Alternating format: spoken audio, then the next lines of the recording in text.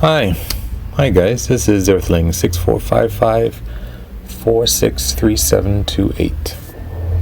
I had to hesitate there for a second to remember who I was.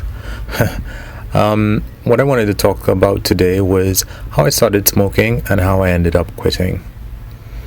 I think perhaps it might be useful to some people who have never smoked, and that's great, to understand maybe one story of how it could happen to some people, or how it might happen to their kids, or how it might happen to their friends, or something like that, or to themselves, or whatever. So, my father used to smoke. That was one of the things that he did. He also drank, and he didn't drive too carefully. So, amongst those things, smoking as one of these things, it was something that I looked at as, okay, that's not probably a very good idea. And I always thought it was silly. As I may have mentioned on some other occasion, I was a bit health conscious, and smoking wasn't healthy, so it wasn't something that I was really trying to do. So I never smoked until I think you could say I was 19. I suppose one of the reasons is that there were never cigarettes around. There was not an easy access to cigarettes, so it just never came up. But when I was 19, I went to a school where there were people who smoked. And, even though I knew, okay, this is stupid, I thought, you know what? Even though it's stupid, let me just try it, see what it was like. So I inhaled a cigarette from someone, and I coughed. Oh. So that was, yeah, not a good idea. Stop. But I'm not exactly that kind of person. I don't do something once and say, that's no good. That's a bad idea. Never going to do that again. It would probably be a good thing. Well, everything has its pros and cons. At any rate, I think I must have tried it again. Perhaps another time, perhaps later that same day, and they say that there's a head rush that you get when you smoke, and that is as a result of your brain being starved for oxygen. So I guess my brain was starved for oxygen, and I got a heady feeling, and it felt good, and I thought, wow, that's kind of cool. So every once in a while, I'll go across from the school and buy a single cigarette and see how that goes. And I did, and it was just a thing. It's like, oh, that's nice. So at that point, it wasn't really a habit, but I made it a habit eventually. Eventually, after I left the school, and even while I was going to the school, perhaps, I decided that I wasn't going to really smoke like a lot, but how about I have one cigarette every day? And it got to the point where it would be almost the end of the day. I would think, I haven't had a cigarette today, and I would have to have one. Just having thought of it meant that I would have to have it. I do that with certain other things, and that, I think, is a positive. Whereas if I said, hey, I'm going to do something, if I told someone I made a commitment, then I'm going to do it. If I say I'm going to see a movie, then I have to see that movie. Okay, maybe I missed this particular showing, but I'll see the next showing. So that's the kind of person that I am. And it's not a good kind of person when it comes to picking up a bad habit. So, unfortunately, it came to bite me in the butt sometimes. Like, I went by a friend, and he was like, hey, don't smoke at the house, and don't leave the house either to go smoke. To me, though, in retrospect, it's kind of like, what? So I can't smoke and I can't leave to go and smoke? What is this? So anyway, it was at his girlfriend's house, and I snuck away to try to smoke. And everybody started looking for me like if I was a fugitive or some shit. And eventually they found me and realized that I'd been smoking, and my friend was upset. And at the time I thought, oh man, that's really bad. I feel bad about it. Now that I'm reciting it, I feel like, hey, that's kind of stupid. Why would you place this demand on me to do that? Let's, drive away from the house and let me get a cigarette. But no, it's kind of like he was trying to make me quit, which now that I think about it is ridiculous. Anyway, what I eventually started doing was I was tutoring someone. At that point, when I went to tutor them, I would have a cigarette before I started tutoring them. Actually, no, after. Because, of course, I'm going to end up smelling funny if I do it before. So I have a cigarette after. And then it got to the point where, okay, I'll have a cigarette before, but then I'll have a mint. And so that, and it was a little walk to get to their house. So in that time, hopefully the smell would get off of me. So then I was having a cigarette before, then I was having one after.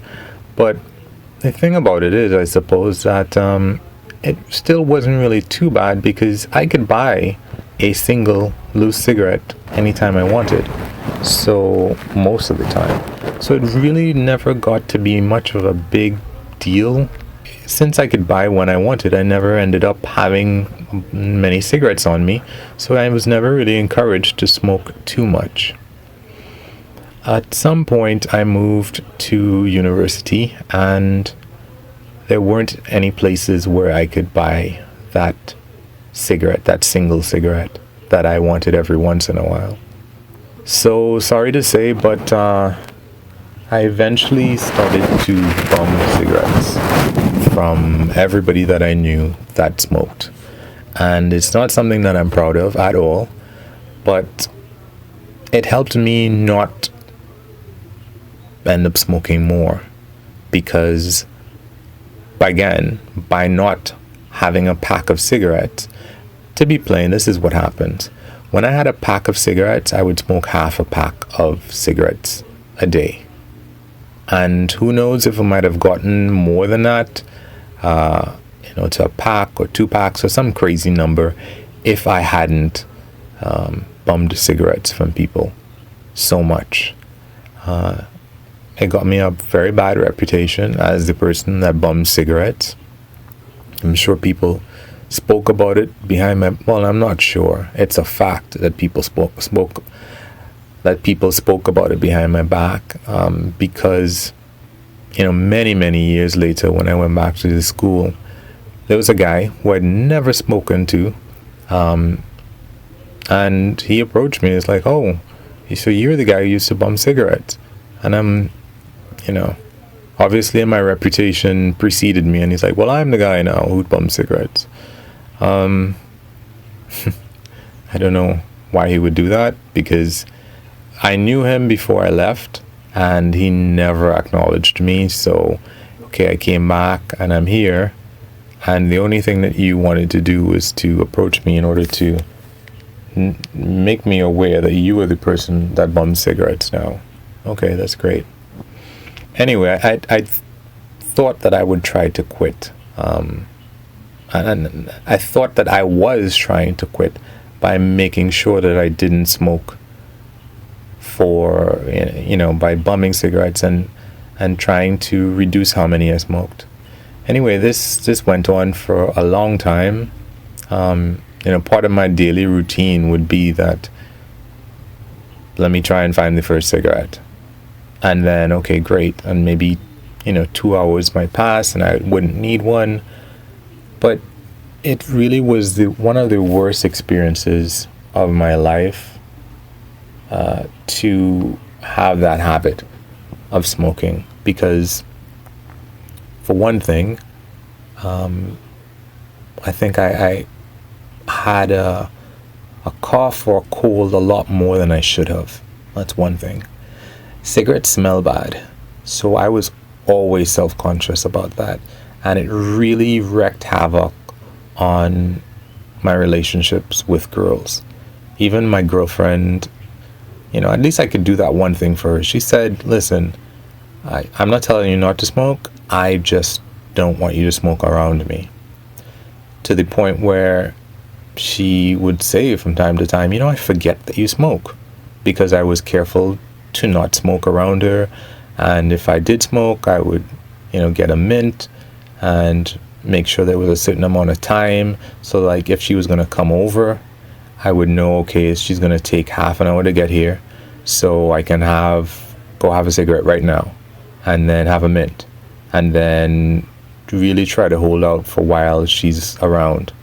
So I did that, and that kind of worked. But there were lots of times when I might want to be close to a girl, but I knew that she stunk and that I stunk, and I didn't want to have to deal with that.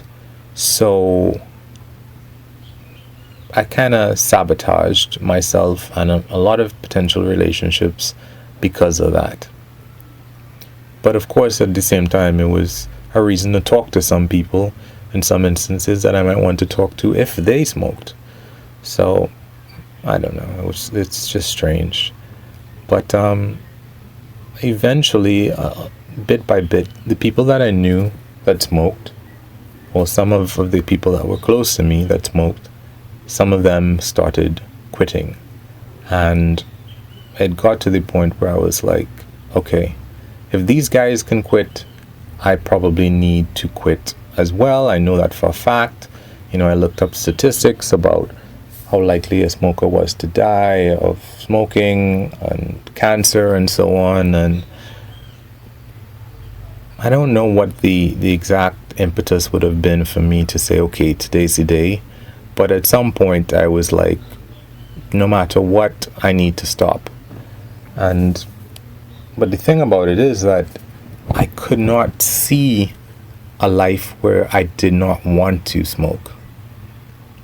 I was trying to quit without really wanting to remove cigarettes from my life. I hated the taste in my mouth, and I would spit so much when, after I had a cigarette, even probably while I was smoking, I didn't want to swallow that. And I coughed, and cigarettes really didn't even do that much for me. It's not like I enjoyed, every once in a while I enjoyed a cigarette, but it had just come down to an addiction where I needed to smoke, so I smoked. It's not something that I enjoy, I just really needed to do it. So I did it, but I didn't want to stop either. So, when I say it like that, I guess it pretty much seems like these people that we call junkies, who they're not doing it because they love it, they're doing it to avoid withdrawal. And I guess that's what I was doing.